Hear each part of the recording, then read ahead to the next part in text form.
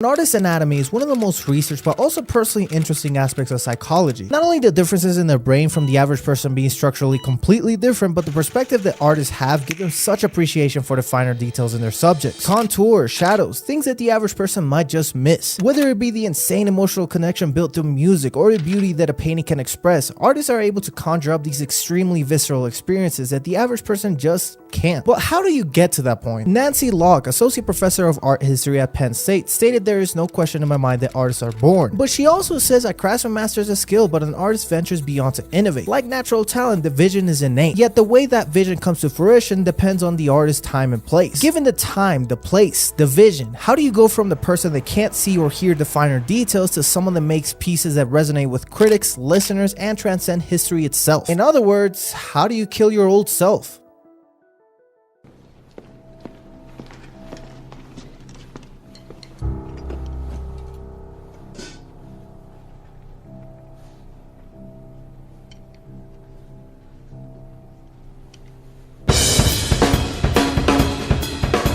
The Obsessed Performer is a story as old as time, from Whiplash to Amadeus to the Black Swan, but these movies never, and I mean never, show what happened prior to the character's involvement in art. While yes, we still see the madness, the drama, the self-destruction, we still don't see who the person was prior to joining performing arts. The person that didn't have passion or direction in life. The person that was just existing rather than existing to live. This aspect is where Blue Period finds its strength. Not only do we see our main character Yatora go through this incredible journey of art and self-discovery, but within just 5 chapters, he manages to integrate himself into art as an artist rather than the delinquent that is passing his time until graduation. So I want to do a deep dive into Yatora, not only who he was, but who he was trying to become during these 5 chapters. So let's pick apart the chapters, analyze Yatora and his surrounding cast, and hopefully we'll get a deeper understanding of what led to Yatora's change, apart from it just being good for a narrative. The first chapter shows us how lost a person Yatora is. The only actual determining factor he has to what he wants to do is what others say. His dad says if all you do is study for school, you become a boring adult, so he watches sports with his friends. Or his mom says stop fooling around and go study, so he does exactly that. This might seem like an interesting sequence to introduce our main character, but this isn't showing us that he's a genius or that he has the ability to be fun. It's showing us the facade that Yatora shows to others. My favorite scenery is the first assignment we see that Yatora gets in art class that could be used as his form of self-expression. But his first thought was probably go with something that old teacher might like. The idea of simply doing something he wanted didn't even cross his mind. It didn't even seem like an option to him. Even though the teacher was oddly open to another student drawing tits for his scenery and going the extra mile to give advice on how he should do it. Yatora then gets home to a pretty cheery mom. He lays in bed, opens his eyes, and sees a college overview book. This book strikes him with the realization that no matter what he does, no matter what he accomplishes, no matter what happens in his life, it all feels empty. After realizing he left his paper for the favorite scenery, he has to go back to school and back to the art class, and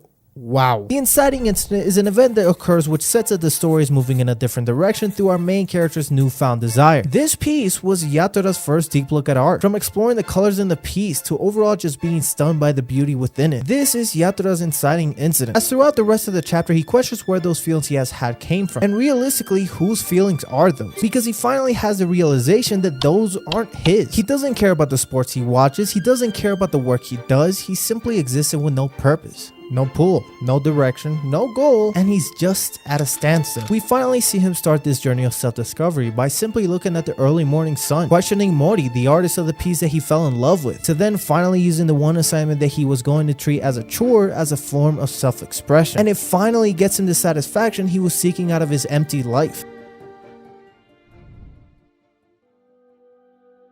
After finishing and getting complimented on his assignment, Yatora is addicted to art and can't stop thinking about it, as it was the first time that he actually expressed himself. Not the beliefs of his parents or his friends, but just him. Now, personally, the future is one of my biggest fears. I always feel like everybody's able to look around with rose-tinted glasses, but I fear everything. And for Yatora, his father is what he fears for himself. When watching baseball, his father clearly has passion for the sport. Whether he was somehow involved in it in the past or he just has extreme passion for the sport, he symbolizes a possibility that Yatora could go through if he doesn't commit to this one passion, which leads to the main conflicting force. Yatora's mother is his main conflicting force, with her main expectation being for Yatora to go to a cheap college that can be realistic and lead to a much more attainable job, with art being the complete opposite. Colleges are expensive, supplies are expensive, and the main benefits to college are prestige and supplies without the guarantee of a job. So yes, it's a bit of a gamble. But Yatora's mom is the epitome of societal standards. The standards that you're supposed to follow the straight and narrow of aiming for realistic jobs, not expanding past passions, and simply staying in your box. These standards are also shown in how they were instilled into Yatora when it comes to his demeanor towards art, being passionate yet slightly dismissive because it's too much of a risk that he's too scared to take, and this is actually called out by the teacher, saying that's too much of an adult perspective, which eventually is the reason why Yatora finally decides to take art seriously, not as a hobby but as a potential career. The second chapter of this series is his mental switch from calling artists hippies and weirdos to finally aiming to be one of those weirdos. But with Yatora finding his passion within art, he has to face the reality that at some point he has to deal with this conflict with his mother, which I personally think anyone in a creative field of some sort can relate to Yatora in this sense. I've seen full-on Reddit threads of people talking about this issue, and it's a very real one.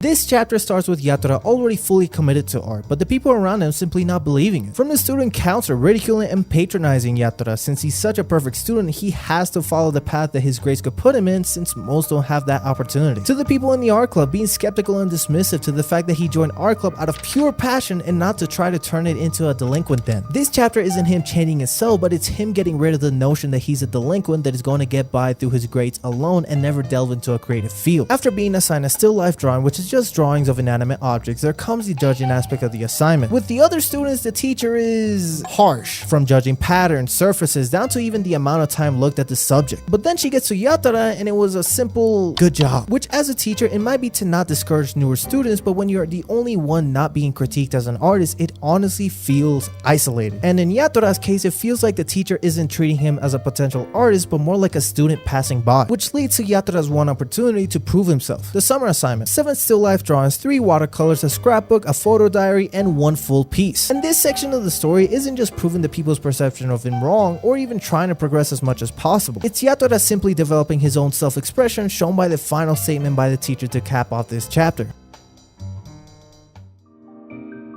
Yatora decides he's going to a winter class outside of school, and he's confronted with the fact that he isn't that good. Coping, nitpicking, it didn't matter. Yotasuke Takahashi's piece is simply better. And we get to chapter 5. The main conflict throughout these 5 chapters has always been the looming presence of Yatora's mom. So after 5 long chapters, he finally has to face the music. And how does he do it? Through art. Yatora doesn't know what words to say, how to express himself. How do you exactly say, I love this so much to the point that I think I can make something out of this? Especially when you have nothing to show for it except your passion. As stated throughout these 5 chapters, art is just another way of self-expression. The old preconceived notion of who Yatora was is gone. The person that didn't understand Picasso's works, the one that saw artists as hippies and weirdos and stupid, the person that had no direction, no passion, no goals, is gone. Now Yatora's just a kid that fell in love with art, found a passion, and now wants to pursue it till he actually succeeds within it. And as far as the story has been going, he's doing an amazing job at it. Now Blue Period is a beautiful series that goes through the life and mentality behind an artist. It constantly puts these inner monologues which really just give us a clear understanding of who Yatora is at that moment. Whether it be frustrated, happy, confused, it's all there. The mangaka clearly knows what she's talking about too, since she went to the same college Yatora is aiming for, and